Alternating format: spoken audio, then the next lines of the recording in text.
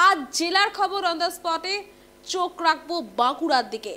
বাঘ আতঙ্ক বাঁকুড়ায়, এখনো তটস্থ গ্রামবাসীরা ভয়ে। বাঁকুড়ার গোসাইডিহি গ্রাম লাগোয়া বাঁকুড়ার একদম জঙ্গলে বাঘিনী আশ্রয় নিয়েছে। গ্রামের মাত্র 500 মিটারের মধ্যেই থাকা জঙ্গলে রয়েছে বাঘিনী। স্বাভাবিকভাবে গ্রাম জুড়ে আতঙ্কের ছাপ। শনিবার ভোরে গ্রামের প্রধান রাস্তা দিয়ে বাঘিনী গ্রাম লাগোয়া জঙ্গলে প্রবেশ করেছে। ভোরে গ্রামের রাস্তায় বাঘিনীর পায়ের ছাপ দেখে বুঝতে পারেন স্থানীয়রা।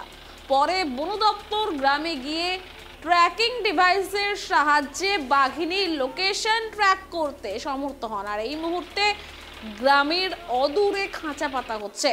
গ্রামের সীমানা ঘিরে ফেলা হচ্ছে নাইলনের জালে। গোটা গ্রাম জুড়ে আতঙ্কের ছাপ একদম স্পষ্ট।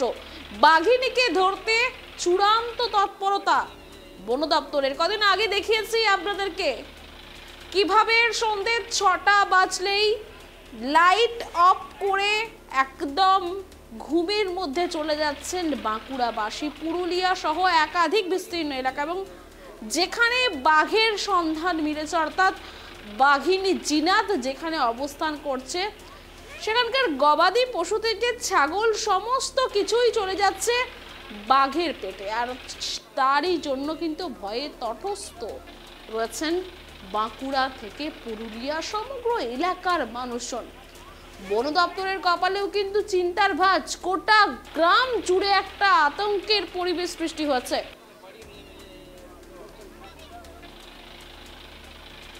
আর এই মুহূর্তে বাঁকুড়ার গোসাইডিহি গ্রাম লাগোয়া সেখানে জঙ্গলে আশ্রয় নিয়েছে বাঘিনী। গ্রামের মাত্র 500 মিটারের মধ্যেই থাকা জঙ্গলে সেখানেই রয়েছে বাঘিনী। স্বাভাবিকভাবেই গ্রাম জুড়ে একটা আতঙ্কের পরিবেশ। এবং শনিবার ভোরে অর্থাৎ আজকেই গ্রামের প্রধান রাস্তা দিয়ে বাঘিনীকে গ্রাম লাগোয়া জঙ্গলে প্রবেশ করছে। এ বিষয়ে আরো বিস্তারিত জানবো। সরাসরি আমাদের সাথে রয়েছে বাঁকুড়া থেকে সঞ্জীব। সঞ্জীব, এর আগে আমরা পুরুলিয়াতে দেখেছি, সেখানে একদম বাঘিনীর ভয়ে তটস্থ গ্রামবাসীরা। বাঁকুড়ার অবস্থাটা ঠিক কি, ছবিটা ঠিক কি? এখন এই মুহূর্তে বাঘিনী কোথায় অবস্থান করছে? দেখো সুষমা, একেবারেই বাঁকুড়ার যে গোসাইডিহি জঙ্গল রয়েছে সেখানেই কিন্তু এই মুহূর্তে অবস্থান করছে বাঘিনী জিনাত। দেখো, গত কয়েকদিন ধরেই পুরুলিয়ার জঙ্গলে দাপিয়ে বেরিয়েছে এই বাঘিনী জিনাত, কিন্তু তারপরেও বন দপ্তরের পক্ষ থেকে একাধিক টোপ দেওয়া হয়েছিল, খাতা পাতা হয়েছিল, কিন্তু তারপরেও বাঘিনী জিনাতকে খাতাবন্দি করা সম্ভব হয়নি বন দপ্তরের পক্ষ থেকে। এবং আজকে ভোরবেলাতেই বাঁকুড়ার যে রানীবাঁধের যে গোসাইডিহি জঙ্গল রয়েছে এই মুহূর্তে সেখানেই কিন্তু অবস্থান করছে বাঘিনী জিনাত। এবং বন দপ্তরের আধিকারিকরা কিন্তু অত্যন্ত তৎপর রয়েছে বাঘিনী জিনাতকে খাতাবন্দি করার জন্য।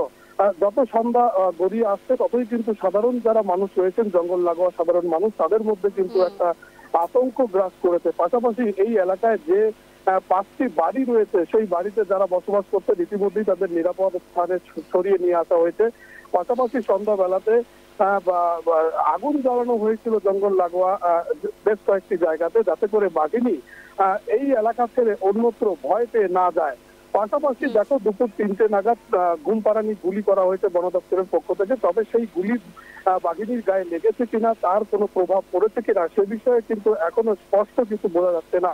তবে এই মুহূর্তে গোটা এলাকা থমথমে। বন দপ্তরের পক্ষ থেকে তৎপর রয়েছে, ড্রোনের মাধ্যমে তারা বাঘটিকে খোঁজার চেষ্টা করছে। পাশাপাশি রেডিও যে সিগন্যাল রয়েছে তার মাধ্যমে বাঘের অবস্থান জানার চেষ্টা হচ্ছে। সব মিলিয়ে কিন্তু বন দপ্তরের তৎপরতা তুঙ্গে। তবে সাধারণ মানুষের যে একটা আতঙ্ক রয়েছে, যেহেতু এই একেবারে প্রত্যন্ত গ্রামে এই বাঘ চলে এসেছে এবং গ্রাম থেকে কয়েকশো মিটার দূরেই এই জঙ্গল অবস্থিত এবং সেখানেই বাঘিনী জিনাত রয়েছে, স্বাভাবিকভাবেই সাধারণ মানুষের মধ্যে কিন্তু একটা আতঙ্ক গ্রাস করেছে।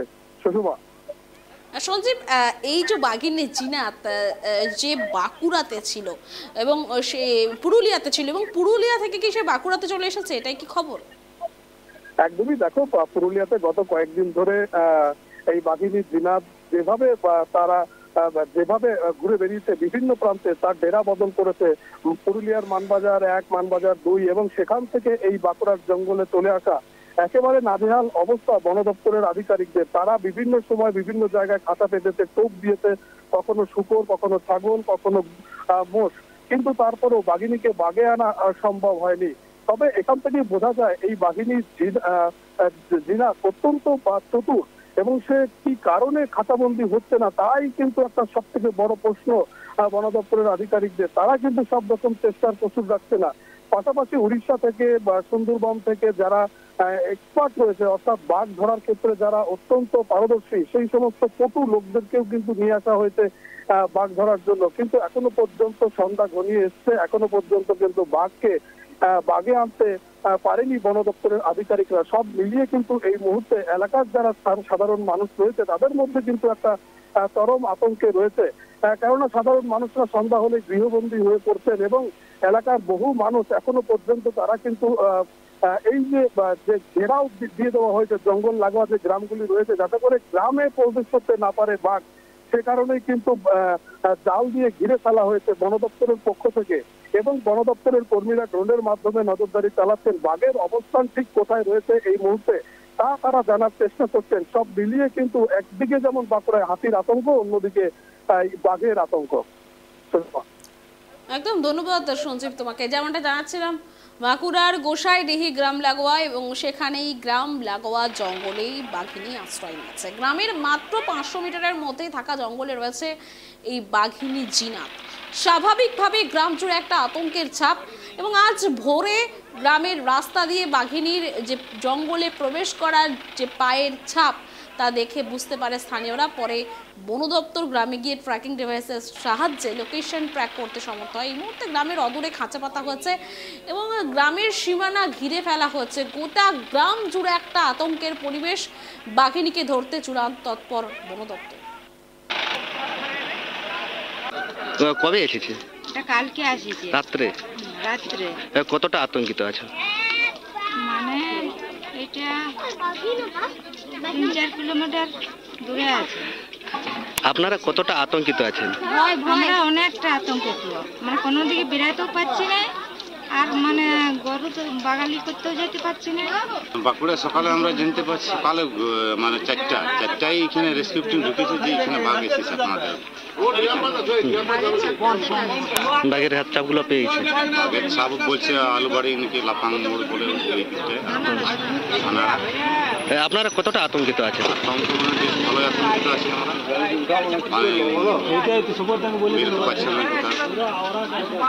মানে কোনো গরু ছাগল সব বাড়িতে ছাড়ার তো বন্ধ করে দিয়েছে, ছাড়ি না গরু হামলা করে দেবে, এখনই ছাড়ি দিলে। আচ্ছা, এখানকার প্রাইমারি স্কুলে বন্ধ হয়ে গেছে কি? প্রাইমারি স্কুল বন্ধ হয়ে গেছে। আমাদের গরু বাছুর ছাগল বাঁধা আছে, ছাড়িস না। ফরেস্টার থেকে কোনো নির্দেশ দিয়েছে? তার থেকে মাইকিং দিয়ে দিয়েছে সকালে। বন দপ্তরের তরফ থেকে সুন্দরবন থেকে অলরেডি টিম আমাদের পড়ে আছে এলাকায়। সিসিএফ আছেন, ডিএফওরা আছেন, আমাদের দপ্তরের কর্মচারীরা আছেন। 24 ঘন্টা তারা কাজ করছেন, না খেয়ে না ঘুমিয়ে তারা পরিষেবা দিচ্ছেন। কিন্তু কোথাও না কোথাও একটু অসুবিধা হচ্ছে। আমরা খুব আশাবাদী খুব তাড়াতাড়ি বাঘটাকে আমরা ধরতে পারবো। কিন্তু বন দপ্তরের তরফ থেকে আমি একটাই কথা বলতে পারবো যে দপ্তরের তরফ থেকে যেভাবে প্রচার করা হচ্ছে তাতে যদি মানুষ সহযোগিতা করে, আমার মনে হয় না মানুষের ক্ষতি হবে। আমরা সকাল থেকে সন্ধ্যা মাইকিং চলছে, যে এলাকায় বাঘ ঢুকছে সেই খবরাখবর লোকাল মানুষকেও জানানো হচ্ছে। তারা যদি জঙ্গলে না ঢোকেন এবং বন দপ্তরের পাশে দাঁড়িয়ে একটু সহযোগিতা করেন, আমার মনে হয় না কোনো ক্ষতি।